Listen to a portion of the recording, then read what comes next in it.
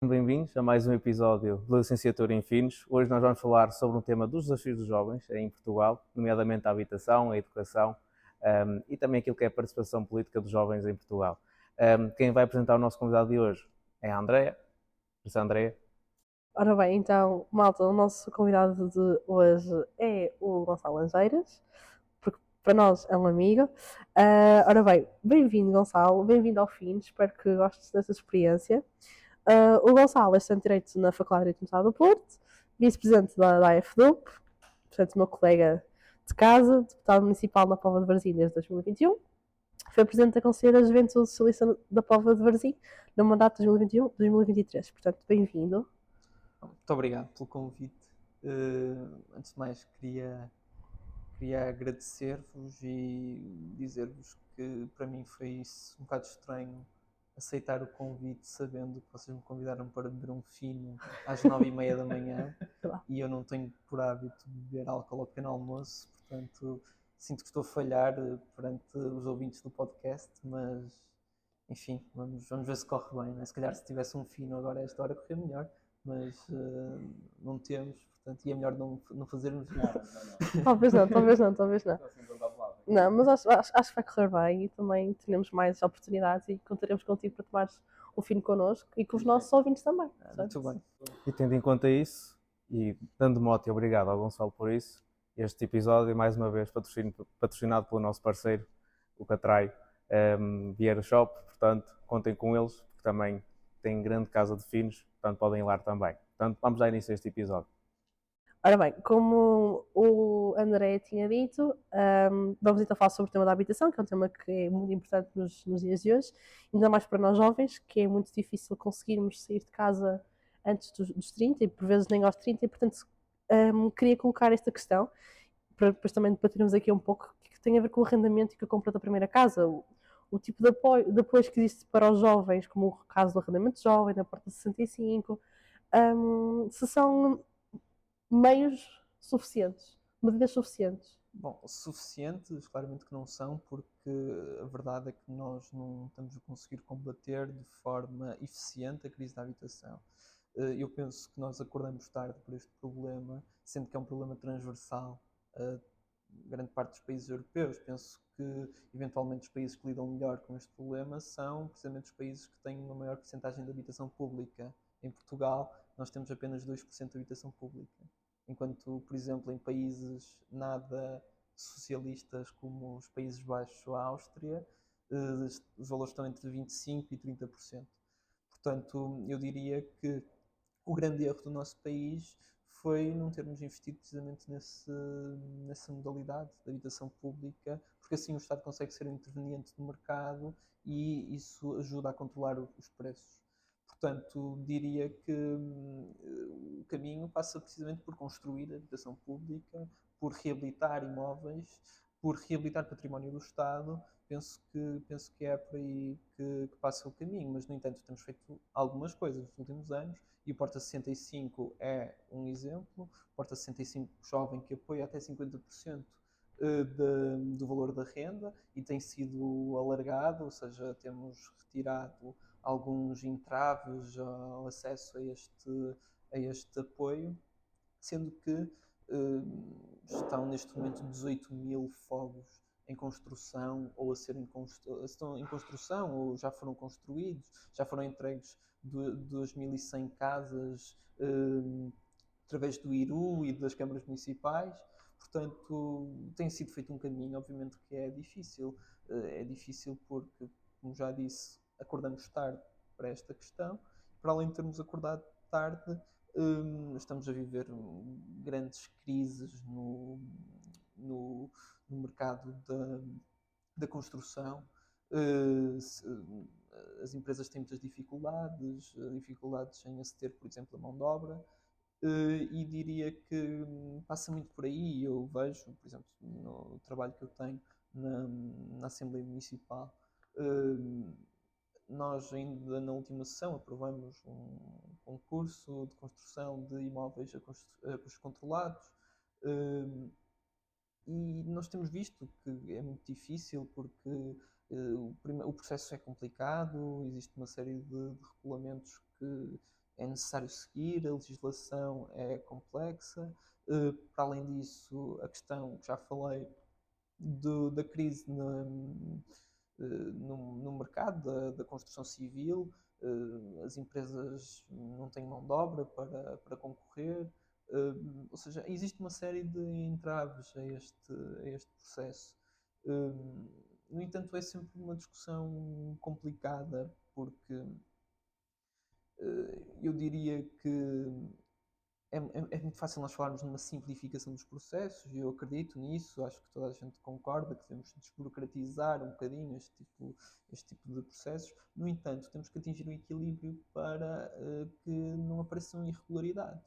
Penso que é importante atingir este meio termo, este equilíbrio, e é sempre um equilíbrio difícil, mas eu acredito que está toda a gente investida nesse caminho.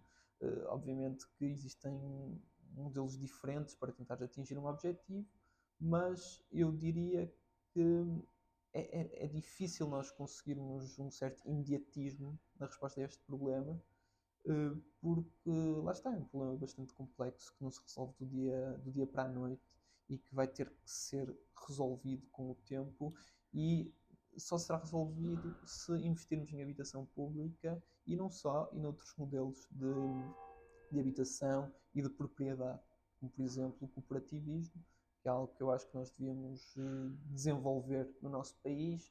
Foi um modelo que no pós-25 de Abril teve um relativo sucesso. Temos aqui na cidade do Porto algumas iniciativas que ainda persistem e que são um bom exemplo de como pode funcionar o modelo cooperativo. E penso que isso poderia ser alargado a todo o país, garantir uma habitação a custos acessíveis a toda a gente. E é algo que eu diria mesmo que o Estado tem que incentivar, essa existência de cooperativas de habitação. Não propriamente cooperativas de habitação que sirvam simplesmente para a construção e que depois coloquem os fogos no mercado a preços idênticos ao que temos visto, mas sim cooperativas que sirvam para que as pessoas possam viver e que possam ter acesso a uma habitação a preços acessíveis. No seguimento então da tua resposta, queria perguntar, já enquanto também deputado municipal, qual é o feedback que tens no teu conselho relativamente a isto? Se espera que até ao final do próximo ano ainda haja fogos que sejam aqui apresentados, que haja mais oportunidade de arrendamento então acessível para os jovens poveiros, espero não ter dito erradamente.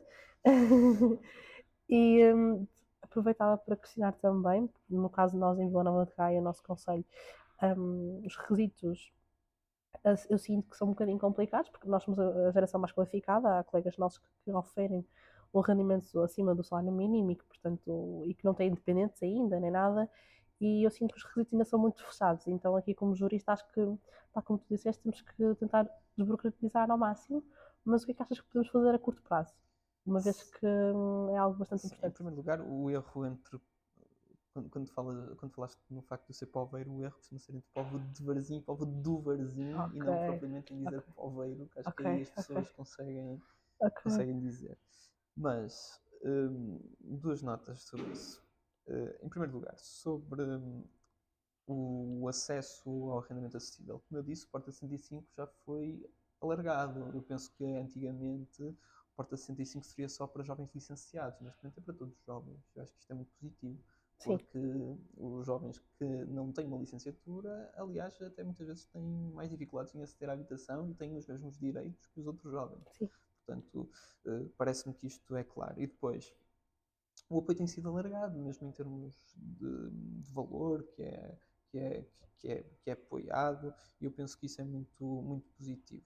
Sobre a Póvoa, nós desde 2017 que temos visto constantemente nos orçamentos municipais a colocação de um projeto de construção de habitação a custos controlados para jovens, sendo que isto foi uma luta muito, muito complexa, que não vale a pena estar aqui a discutir sobre se os imóveis deveriam ser para compra e venda ou se deveriam ser para arrendamento. Nós defendemos que devem ser para arrendamento, porque achamos mesmo que a habitação a custos controlados deve ser algo transitório, ou seja, um jovem acede à habitação e depois o que acontece?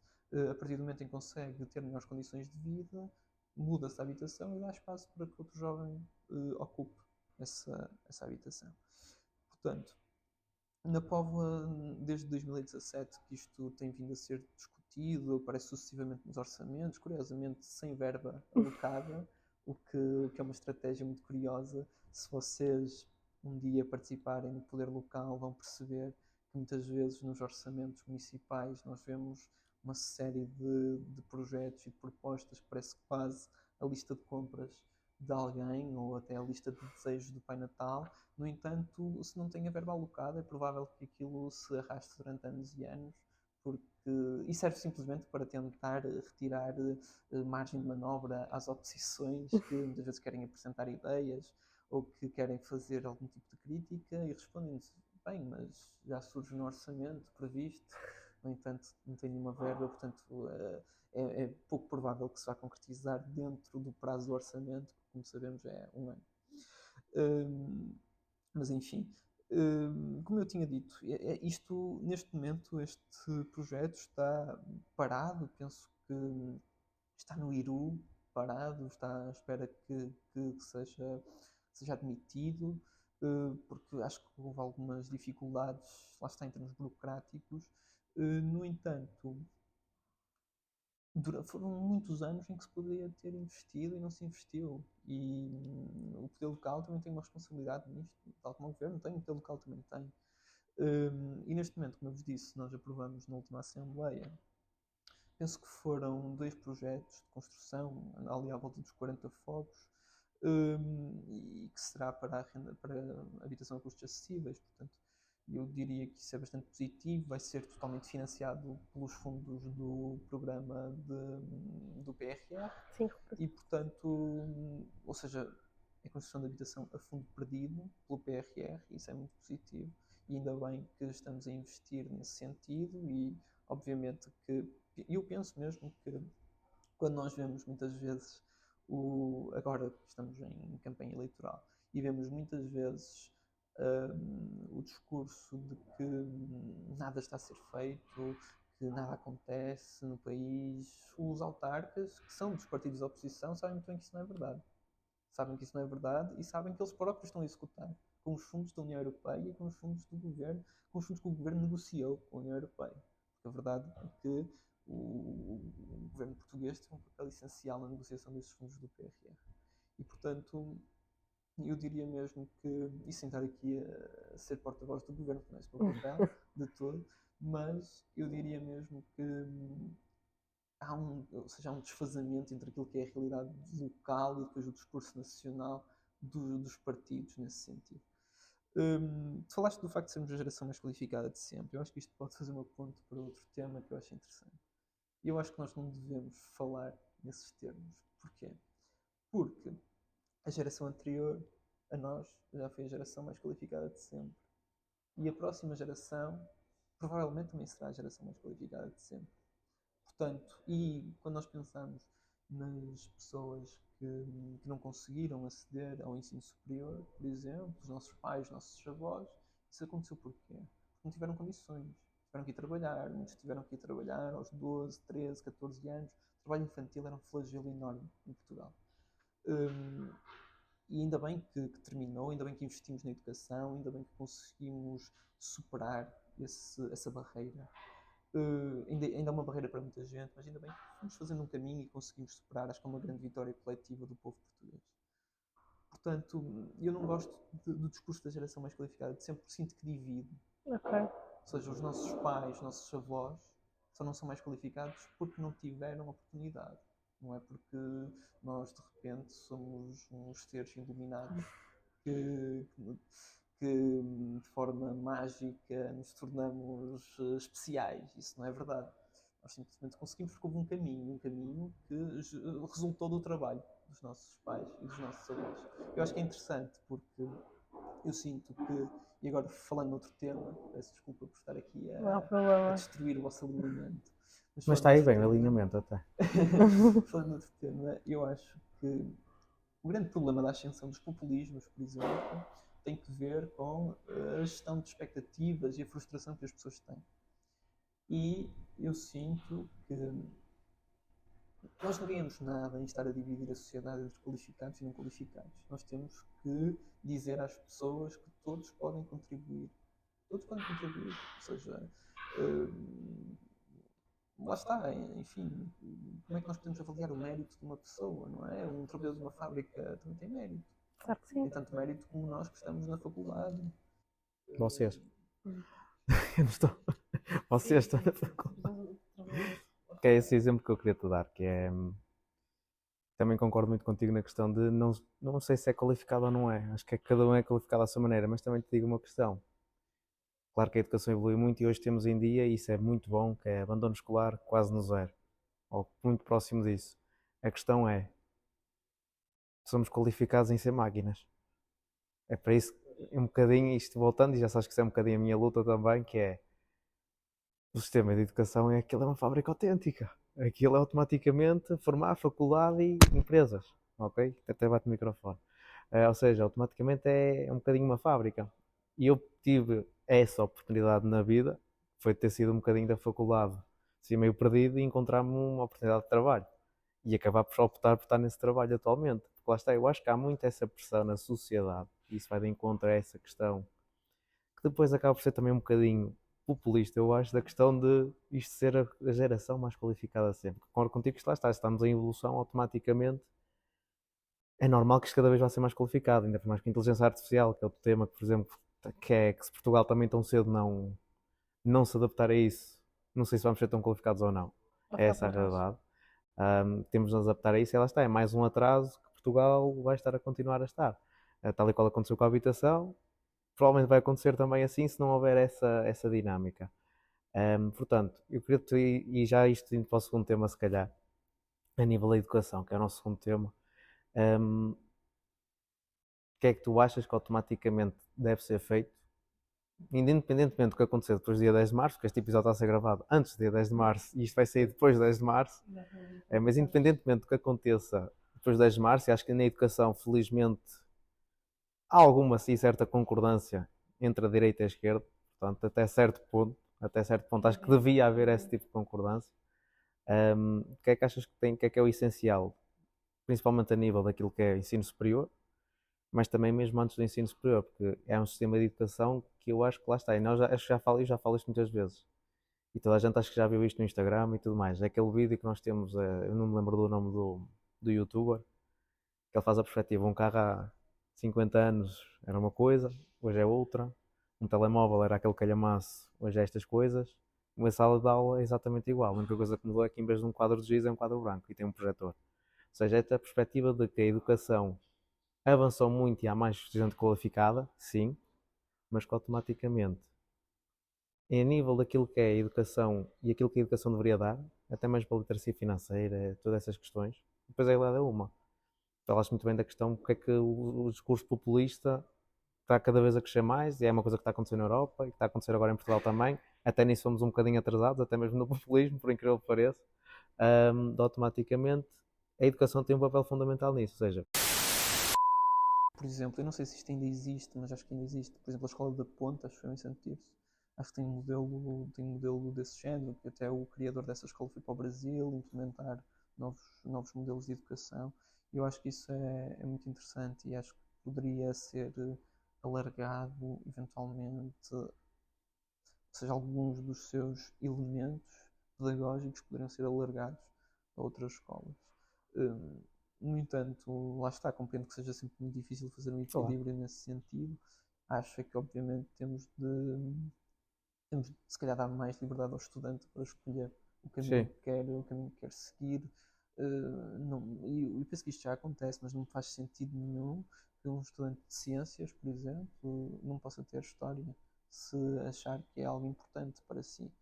Ou que até um estudante de línguas não possa ter economia, se achar que é algo que lhe vai enriquecer o claro, currículo e o conhecimento. Até porque eu concordo totalmente com aquilo que tu disseste inicialmente, ou seja, eu acho que é um bocadinho perverso o mundo em que vivemos e a lógica de que o ensino serve como um meio para atingir um fim que será um emprego qualificado ou algo do género. Claro. O ensino, acima de tudo, deveria servir para a realização de uma pessoa. Deveria ser uma experiência de realização E da depois pessoa, isso de aí já é outra questão, que é aprendizagem. muitas vezes a pessoa está ali há anos a estudar e depois não Sim, encontra sim, aquilo que sim. realmente quer. Mas lá está, devia ser uma experiência de aprendizagem, de conhecimento, até de convivência. Penso que deveria ser muito de partilha, ou seja, de Claro. partilha de conhecimento. Deveria ser muito, muito assim, especialmente o ensino superior. Por isso é que posso dizer que me incomoda um bocado, apesar de eu perceber e de aceitar essa lógica, incomoda-me um bocado a ideia de termos sempre as empresas na faculdade, estarmos sempre a pressionar os estudantes, têm que seguir este caminho. Isso não é muito positivo, não me parece muito positivo. Aliás, até porque é o que eu dizia, acho que o ensino superior é mesmo uma experiência de. O ensino superior e o ensino obrigatório também, parece-me que vale muito pela experiência de partilha, de comunidade, Sim. uma experiência de aprendizagem em conjunto, uma experiência de quase, ou seja, que nos transcende quase. E eu sinto que deveria ser mais isso, mas obviamente que não posso obrigar uma pessoa que cresceu, tal como todos nós crescemos, numa lógica de que um curso serve para atingir um fim e que nós temos que arranjar o melhor emprego possível e que temos que, enfim, muitos de nós crescemos com a ideia de que até deveríamos ser todos ricos. E eu penso que se calhar cada vez mais Criar empresas. existe essa ideia de que devíamos ser todos ricos e que devíamos ser não sei o quê. Eu acho que não posso obrigar uma pessoa a pensar de forma diferente. E até acho que as alterações que foram acontecendo na nossa sociedade foram de tal modo estruturais que me parece muito difícil que consigamos voltar atrás para uma perspectiva mais de mais ligação à comunidade. No entanto, tenho esperança de que consigamos Claro. fazer isso. Agora, não sei até que ponto é que foram alterações estruturais nesse sentido. Tenho Pois. receio que tenham sido alterações demasiado estruturais. Tenho receio que as pessoas estejam Da- demasiado da- focadas mu- no seu percurso pessoal. É muita gente para. É uma mentalidade já muito vincada. Pois, E é isso que é difícil. ou seja, Porque pessoas mudar demasiado. mentalidades é muito difícil. Comportamentos nós conseguimos mudar e isso tudo, mas mentalidades em si. E sim, desculpem aqui fazer uma parte, mas eu acredito muito que essa mentalidade está mais, é mais ferrenha no ensino regular. No ensino especializado, no ensino Normal. articulado, é distinto. Porque eu fui no ensino articulado, portanto eu tive mais liberdade, apesar de ter que fazer as cadeiras de. Mas é essa a questão. É normal que tenhas essa mentalidade porque é mais, Sim, lá lá está, está. é um bocado mais liberdade. É isso mesmo. Tens acesso às tuas, tu é que formulas a tua ideia, não é-te imposta. A partir do momento em que eu consegui fazer, como é óbvio, as unidades curriculares do ensino regular, tive também a oportunidade de poder optar pelo ensino articulado, pela música, no meu caso.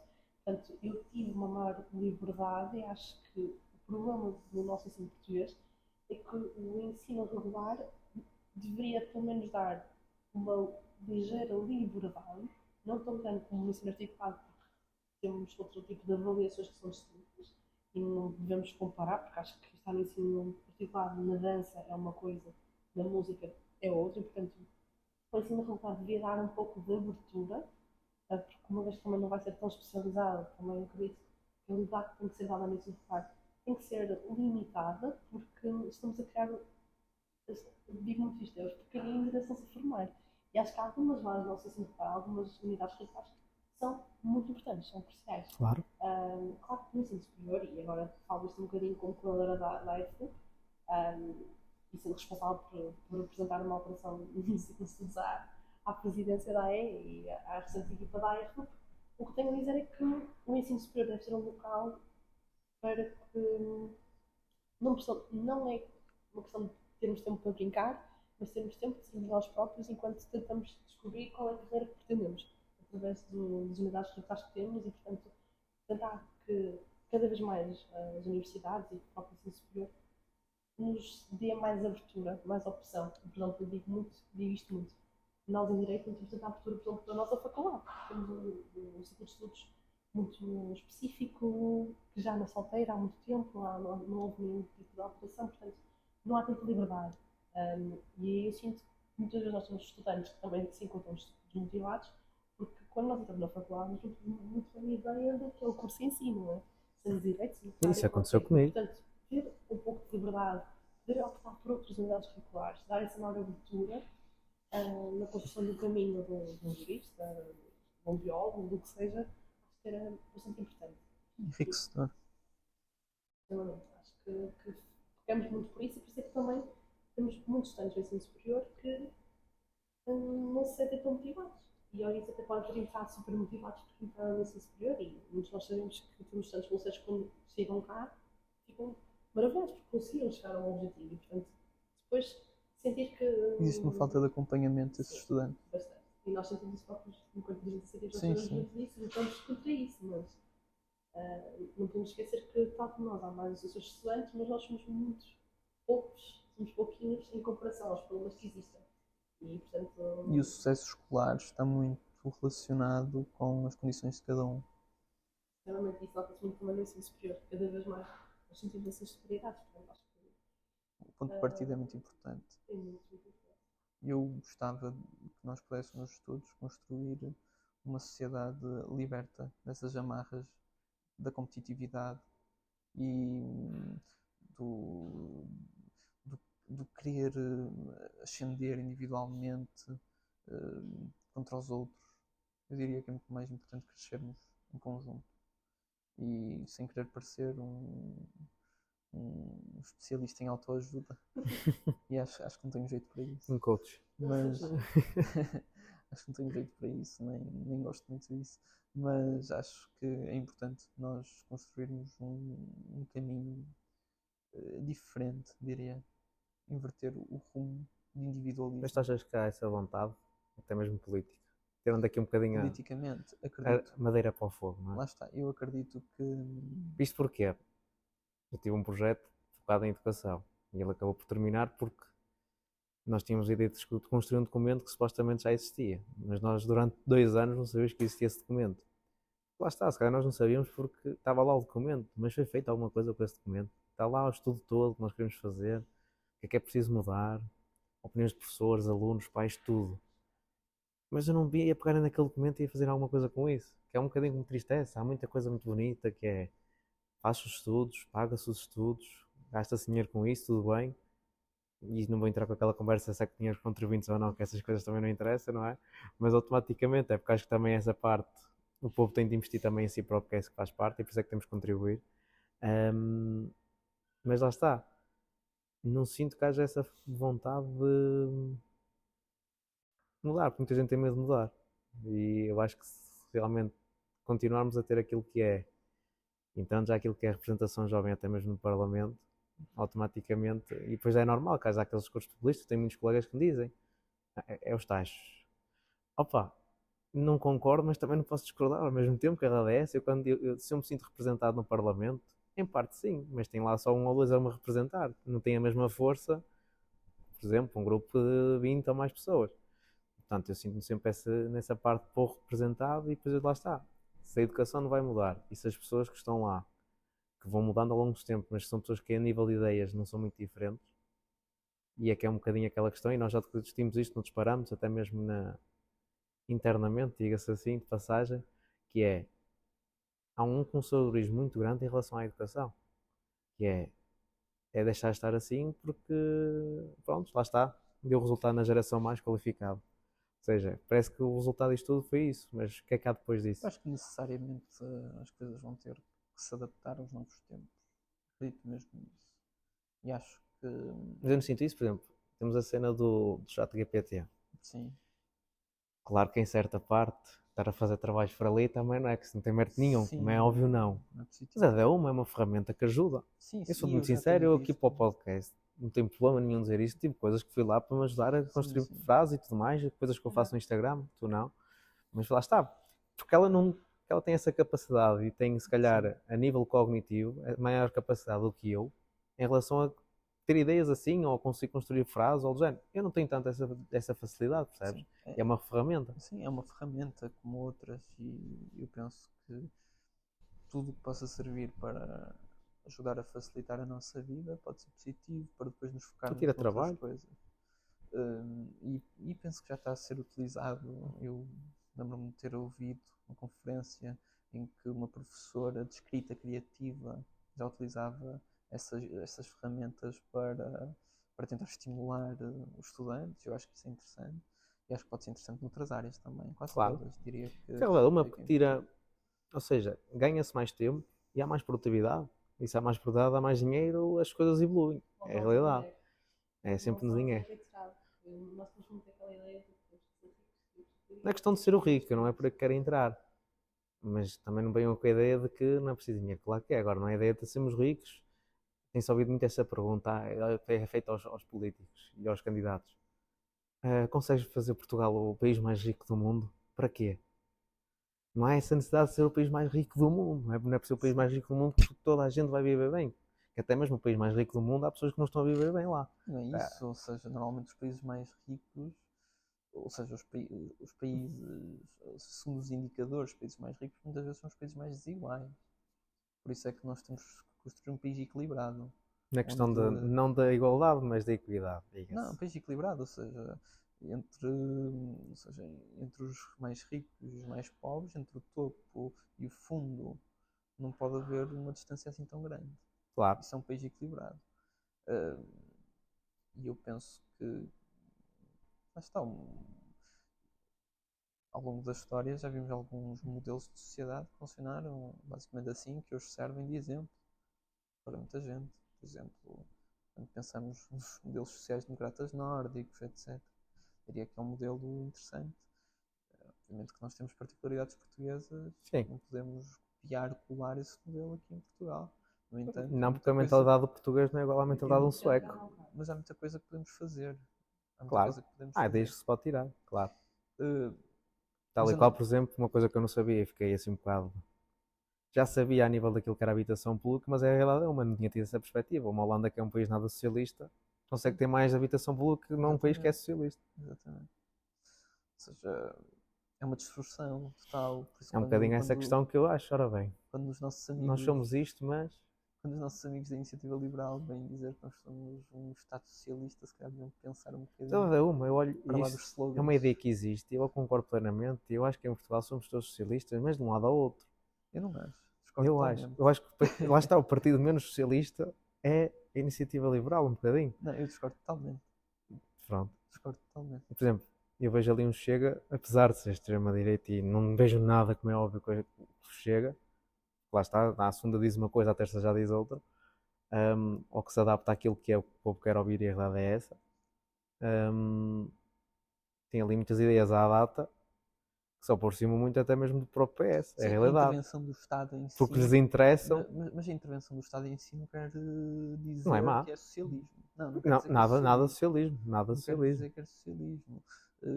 A direita, já tivesse direita intervencionista. A tradição da direita até tem ou seja, no pós-guerra a tradição da direita foi sempre muito intervencionista. Sim. Depois ali a partir dos anos 70 é que começou a surgir uma certa ideia de afastamento do Estado e um recuperar daquelas ideias liberais do século XIX. Mas a direita durante muito tempo foi mais intervencionista, a democracia cristã. Sim. Mas eu não acredito nada disso. Acho que em Portugal nós o que temos é um consenso, se calhar à esquerda,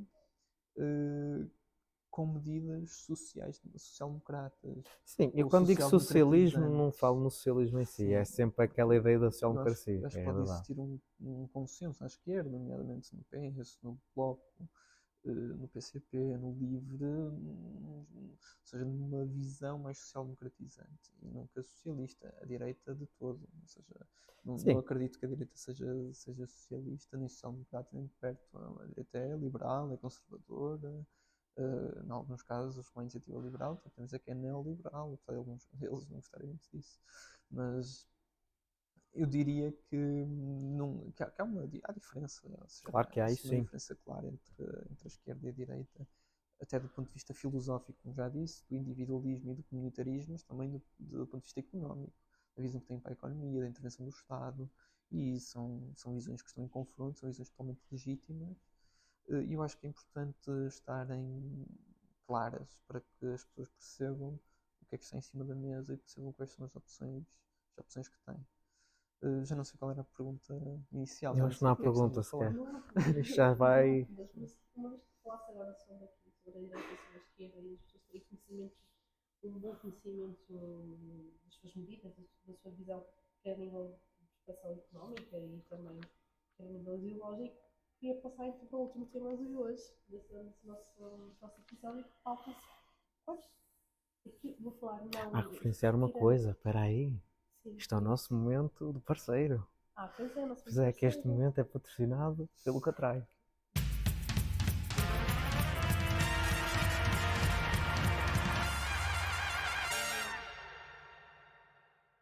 Exatamente. Portanto, façam o café quando quiserem, está atualizado uma fonte satisfeita, tem bebidas artesanais, cidras de várias zonas do globo, portanto, passem por lá. Quando nós temos as nossas lives, estão convidados para irem connosco. Lá Beber teve. fino, e portanto, sintam-se em casa. E se quiserem. Não será às 9h30 da manhã, seguramente. Não, isso não, é só a partir das 5 até às 11 da noite, portanto, que é quando está aberto. E se vocês quiserem participar neste momento, vocês podem participar, basta estarem atentos ao nosso Instagram, Finos Podcast, e responderem àquilo que é a caixinha que é colocada todas as semanas e o tema, fazer uma pergunta relacionada ao tema, até como neste caso fez o Carlos, que é a pessoa autora da pergunta que a Andreia vai fazer. Vou dar aqui um bocadinho o modo como a pergunta foi feita, perdão, Carlos, mas agora, então, Decoraste a pergunta. Não decorei a pergunta, eu gosto de fazer as perguntas à minha moda, eles já sabem que são um bocadinho intensas demasiado. Ora bem, a pergunta então falta-se por quais, e falando aqui, tentando retirar um bocadinho a tua capa enquanto deputado municipal. Eu não tenho, acho que não tenho muita capa enquanto deputado municipal. Também acho que nem enquanto, ou seja, eu posso às vezes estar um bocadinho preso, como acho que toda a gente quando fala de política está um bocadinho presa, e não só, está sempre condicionada por aquelas que são as suas ideologias e aquela que é a sua visão da sociedade. As pessoas metem dentro de uma caixa, meu. As pessoas nós parecem que são caixas ambulantes. Só que alguns dos nossos ouvintes não te conhecem, portanto, que eles têm a certeza que o Gonçalo é mesmo assim, ele lê diariamente, portanto, não se preocupa. Mas que. Sinto que estou a ser mais promovido que o Catrai. Sigam o Gonçalo, se quiserem à vontade. Ora bem, agora, tentando concluir, então, para também não se estender muito, queria questionar, queria que nós fôssemos aqui um bocadinho, como é que vocês acham que deviam ser os meios para que os jovens participassem mais ativamente na política, que pudéssemos aqui também colmatar um bocadinho a abstenção e tentar, porque assim, nós temos jovens que fizeram praticamente 18 anos há poucos meses e que vão agora para primeira vez votar.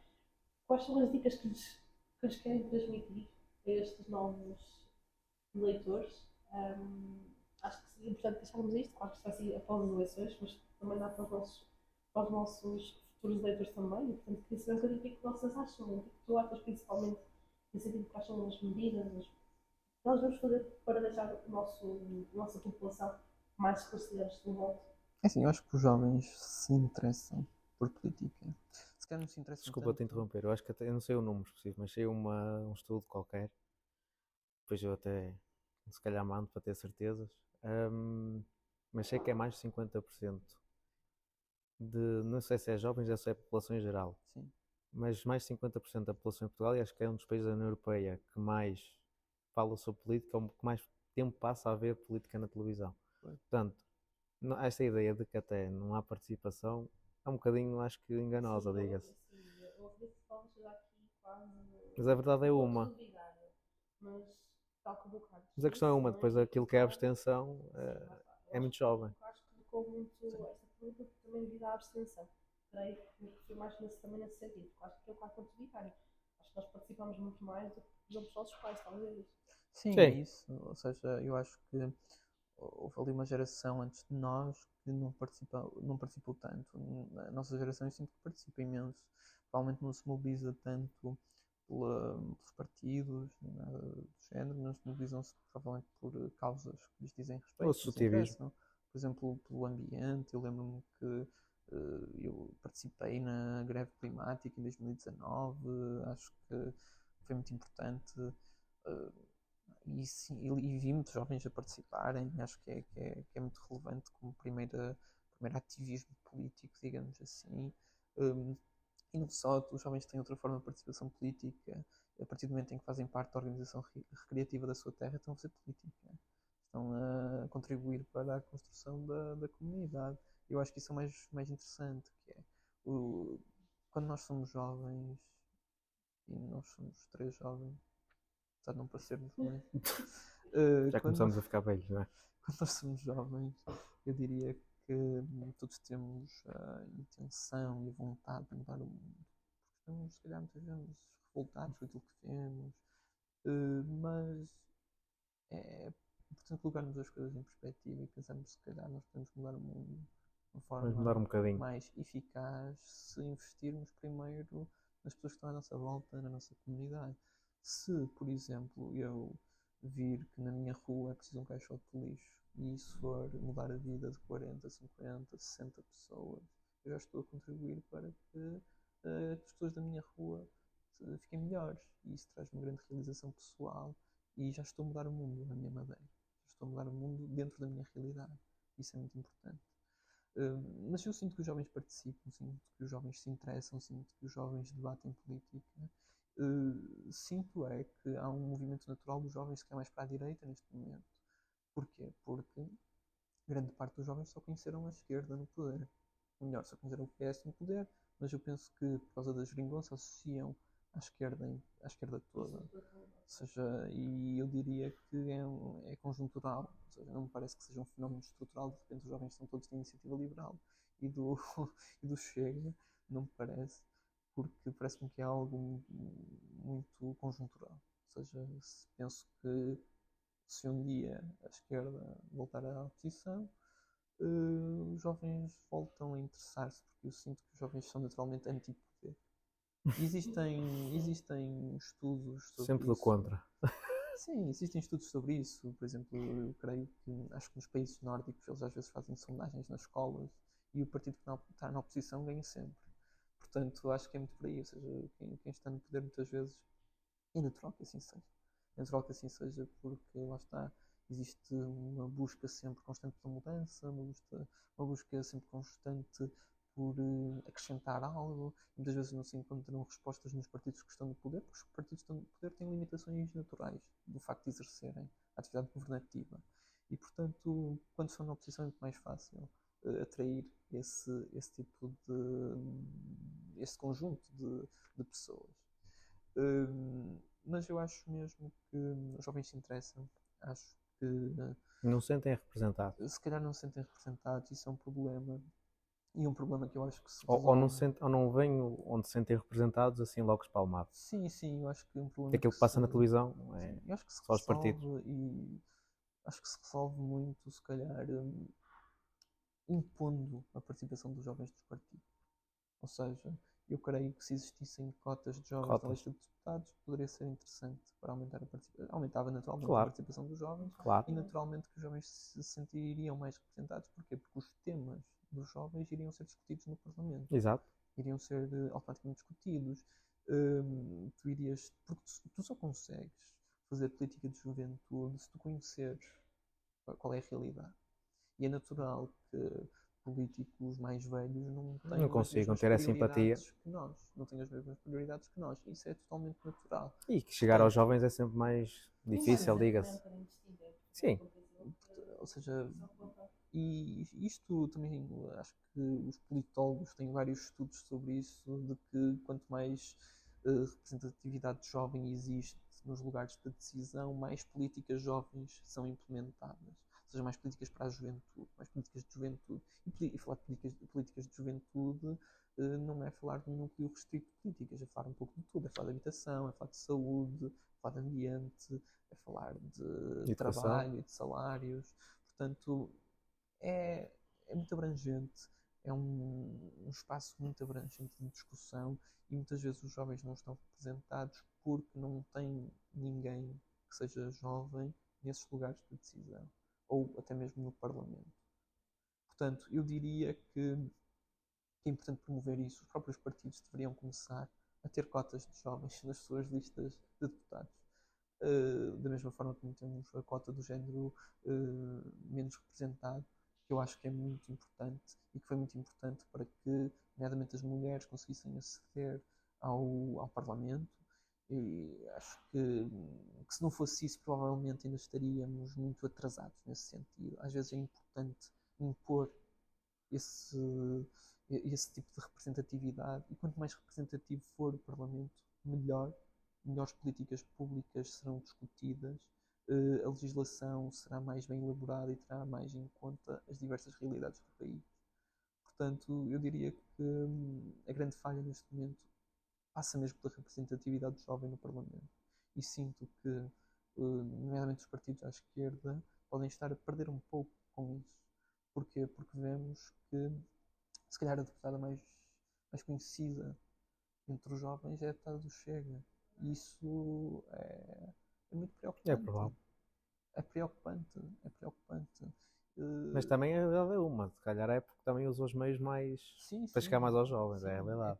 é preocupante. E lá está, as pessoas também têm E que isso aí ver. eu acho que não é. É um bocadinho. Não é burrice, mas. Lá está, é um bocadinho marketing, é a realidade hoje em Sim, dia. claro que é E acho marketing. que há partidos que não estão. Também lá está, fruto de não haver esses jovens nas listas Sim. e se calhar nos órgãos mais É representativos que importante, consigam dar a ideia de, olha, sim, estou a falar em TikToks, é importante promover isso. É mas é a importante realidade. promover isso. E lá está, eu sinto que é importante nós lutarmos por maior representatividade do jovem. Porque é o que tu dizias, muitas vezes, como tu, muitos jovens não se sentem representados pelos nossos representantes no Parlamento. E se calhar se tivessem um eleito jovem que falasse sobre os seus problemas, sobre as suas causas, já se sentiriam. Exato, Portanto, claro. acho que passa muito por aí, por se calhar criarmos mecanismos de participação. Depois, dentro dos partidos, eu também acho importante que os jovens participem dentro dos partidos. Porque eu considero que os partidos são, acima de tudo, um instrumento para as nossas ideias. Ou seja, nós precisamos daquela base para conseguirmos concretizar alguma coisa. E essa base é um partido. Portanto, eu diria que é importante que os jovens tenham essa consciência de que os partidos são espaços onde eles podem concretizar as suas ideias, podem fazer alguma coisa, podem lutar por alguma coisa. E, portanto, passa muito por aí, promover essa participação, criar mais formas de participação, criar mais espaços de discussão política, e ter em conta que muitos jovens não participam ativamente na vida política porque não podem, porque não têm condições socioeconómicas que lhes permitam participar. E, portanto, os partidos também têm que ter isso em consideração quando é para Mobilizar. mobilizar jovens para uma discussão, para um debate, para um fórum. Têm que ter em consideração isso, têm que apoiar os que não podem para que consigam estar também representados.